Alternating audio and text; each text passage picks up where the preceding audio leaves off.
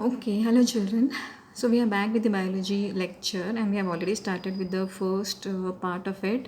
We have seen in the previous lecture about certain terminologies like classification system, species, taxonomy. I hope you have all learned all these definitions.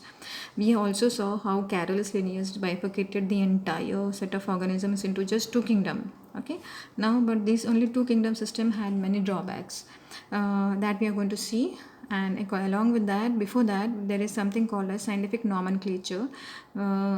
It means naming of the organisms, just like for a frog or a deer. All these organisms, even the plants, every organism was given a name. Okay, and he came up with this binomial means having two names, just like I have Sujata and Savarkar. Same way all the other organisms are going to have first part of its name and the second part of its name. Okay, so we'll just see that Linnaeus also introduced the binomial system of naming organism. The system is called the binomial nomenclature. Now there were certain rules like to how to name, how to write and all that we'll see. Every organism is given a specific name. The first part of the name is genus. We saw this ranking, right? Kingdom, order, family. Then in the second last position is genus, and then last is species. So when we write the names, the first part will be genus, the second part will be based on its species, and they will be in Latin. Okay, for example, if I say human beings, for us it will be Homo sapiens. This is a Latin name, and the first part of it, Homo, belongs to its genus, sapiens belongs to species.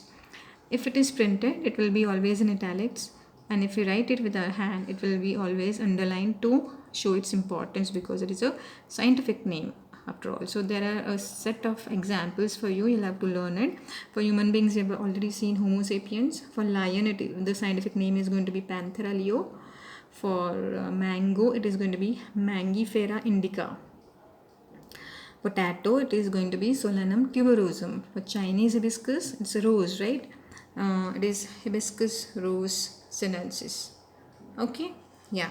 So children, next time you ask for a potato from your mama, if you like potato sabji, you're going to say, mama, I need, please make Solanum tuberosum today for me. Just kidding, for you people to get familiar with the names, okay, because they are not very normal, but you'll have to learn them because you never know, they could be asked in the paper. Fine. So please have a habit of pronouncing them properly and learn them. So I told you that they had many drawbacks. This system, two kingdom, had many drawbacks. Which were their drawbacks? There are four drawbacks you can see in this. You can see only three bullets, but the second point covers two of them. The first point says placed closely related species in different categories.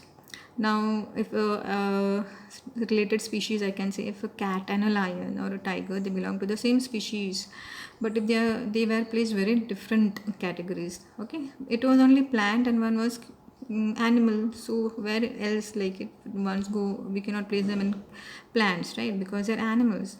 But the category were even in different categories, they were placed very far away from each other. That is first. Second is they placed unicellular and multicellular together. How can one single cell organism and multicellular organism be together, right? But if I say amoeba and other examples, so there, suppose a plant cell, it is multicellular, they cannot be placed together. Okay, so and thirdly, it did not differentiate between photosynthetic and non-photosynthetic. Means the plants which were able to prepare its own food and plants which were not able to prepare its own food, like fungi, mushroom, they cannot prepare. Both of them were placed together. So things which were supposed to be close were not close, and so things that were supposed to be separated were not separated. These were the drawbacks. One last one was many organisms could not fit into either of the two kingdoms. There is an organism called Hydra. So that is a plant animal. Now they have given it a name called as planted because it neither falls completely on plant, neither on animal because of its certain common features. But he did not have this kind of facility. So these are the drawbacks. You'll have to, for your easy understanding, make a mind map. In the center, you'll be writing drawbacks of Linnaeus classification. Make 4 different arrows because there are 4 points you can make out of it. I just told you, okay?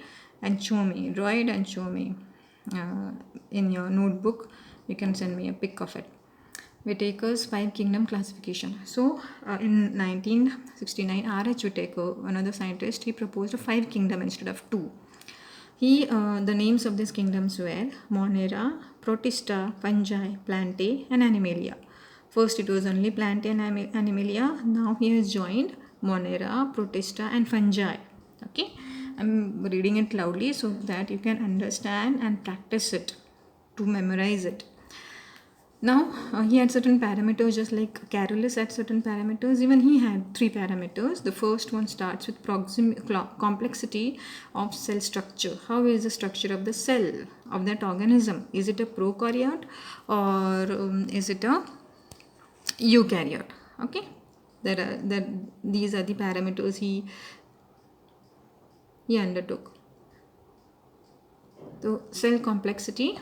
Prokaryote is what? Prokaryotic are the organisms in which the nucleus is very primary. See, P means primary. Primary is not well developed, right? Na? Primary section we say they are just the beginning. So in this kind of organisms, nucleus is not fully developed. Very in its low form. In fact, it is not a nucleus. If we see plant cell in a microscope or animal cell, you can see a small dark dot.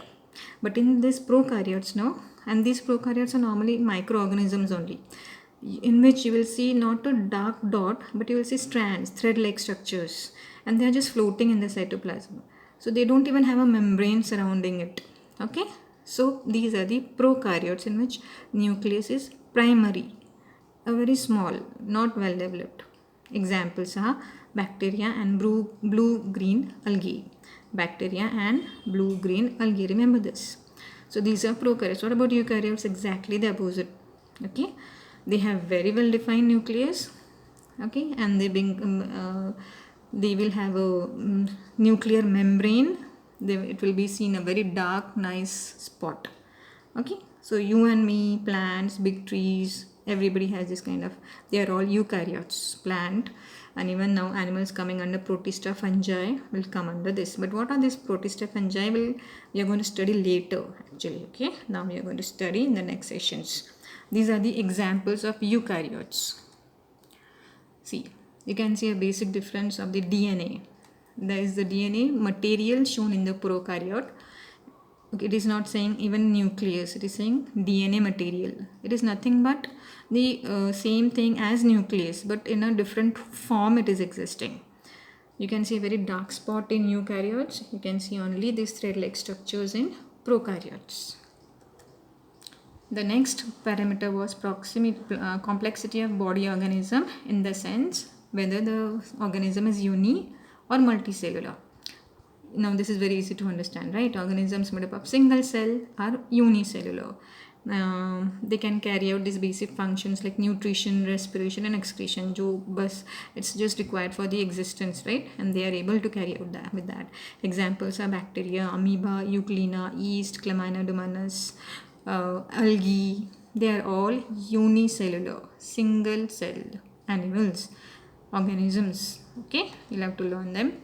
Then multicellular are you and me and the huge plants and trees. Organisms made up of many cells. Fine. Then third parameter was mode of nutrition. How is a particular organism deriving its food? For it is just very easy. For you kids, it is just like, Mama, bhook lagi hai, right? I'm hungry, give me the food. So for plants and animals it is different. Okay, and based on this parameter it is bifurcated into two types. We know that autotrophic and heterotrophic, whether the organism is able to prepare its own food or depending on others. But before that, nutrition definition is given here. The process by which organism takes in food and utilize it for the growth and development. It may come in the paper, never know, so please learn it. Process by which organism takes in food and utilize it for its growth and development. So the first one is autotrophic, that I already told you. Examples will be plants, but here we have to mention green plants. Okay, green plants, green algae and some bacteria which has chlorophyll. Only if chlorophyll is present, only if that green color is present, it is capable of preparing its own food. Next is heterotrophic, in which organism cannot prepare its own food, that is why it depends on other. They are all called heterotrophic. You and me all come under heterotrophic. Unfortunately, we are all not all green in color, right? Or fortunately, because green color wouldn't have really suited us, all human beings. Fine then. Okay, examples for hetero are fungi, all animals, and protist. What is protist? We are going to study. For now, you can just remember fungi, for you can remember mushrooms and animals if it is asked in the paper. Fine, so that was the content for the day. I want you to make I want you to solve this exercise by yourself. According to my animal nomenclature, modern day humans are called dash based on nomenclature. Homo habilis or Homo sapiens. We just studied, right? I hope you know the answer. Grouping things based on similarities and differences is called classification or taxonomy. Very easy it is, right? Taxonomy is something different. Dash is the lowest rank of classification. It starts with kingdom and the last is, yes, I just hope you got the answer. Dash do not have a true nucleus. I just explained you. Yeah, it is very P for primary, and it doesn't have a true nucleus. Means nucleus doesn't exist. It is in the form of chromatin fibers or DNA fibers. All dash are heterotrophs as they cannot make their food. So yeah, we are going to study that furthermore, but it is mentioned in your textbook part of the lesson. Please read it and attempt these lessons. I'm going to post the notes as well.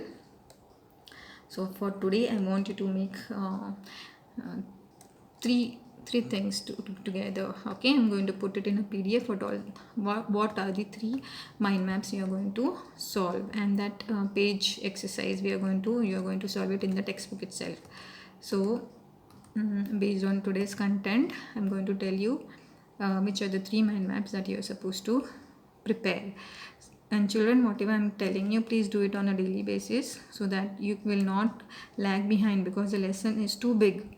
I will keep going forward lesson by lesson every period, and then what is left behind, if you do not keep a hold on it, then it will be difficult for you to study at a stretch. You'll feel it very confusing and all. Now next session onwards, we are going to start with the kingdoms. We are going to take say 2 kingdoms at least, or not, yeah, 2 kingdoms, the protist and the monera, or maybe one also, it just depends. Okay, let me see how it goes. So we are going to start with the kingdoms now. Kingdom of Protista, and then Kingdom Protista and Monera has a huge content because they have taken up an example of an organism. How does that organism have its nutrition, the excretion process, and the respiration process? Just like R.H. Whitaker explained it, no, based on this three things, how is the organism working.